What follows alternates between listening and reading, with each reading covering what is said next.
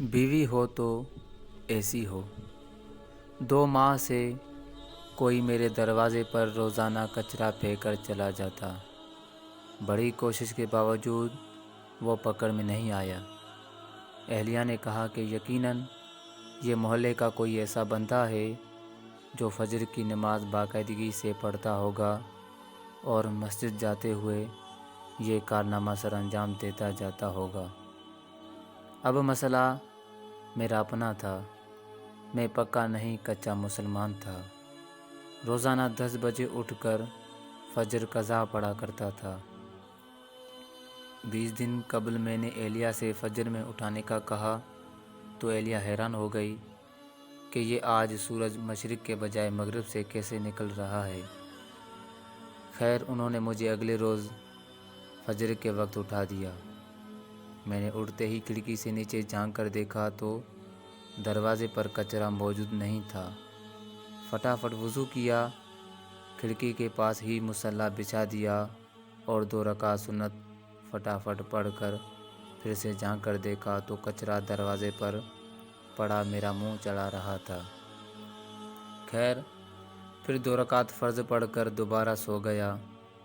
اگلے دن سنت کے بجائے فرض پڑھتے کچرا پھینک دیا گیا۔ 4 دن اسی طرح گزر گئے لیکن کچرا پھینکنے والے کو پکڑ نہیں پایا۔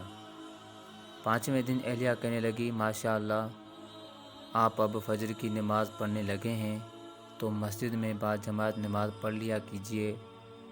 بات دل کو لگی اور 5ویں دن سنت گھر میں پڑھ کر جماعت سے 15 منٹ پہلے دروازے پر کرسی لگا کر بیٹھ گیا اور محلے کی نمازی حضرات کو آتے دیکھنے لگا کہ کس نمازی کے ہاتھ میں کچرے کا شاپر ہے، لیکن افسوس سارے خالی ہاتھ آتے دکھائی دیے۔ نماز پڑھ کر آیا تو دروازے پر کچرا موجود نہیں تھا۔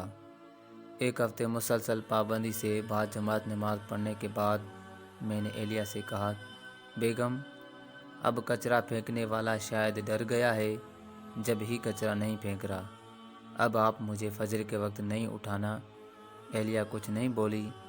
اگلے دن اہلیہ نے تو مجھے نہیں اٹھایا، البتہ میری خود آنکھ کھل گئی۔ کھڑکی سے جھانک کر دیکھا تو کچرا دروازے پر موجود تھا۔ ٹائم دیکھا تو فجر کا وقت تو باقی تھا لیکن جماعت نکل چکی تھی۔ اب اگلے دن پھر وہی معمول تھا۔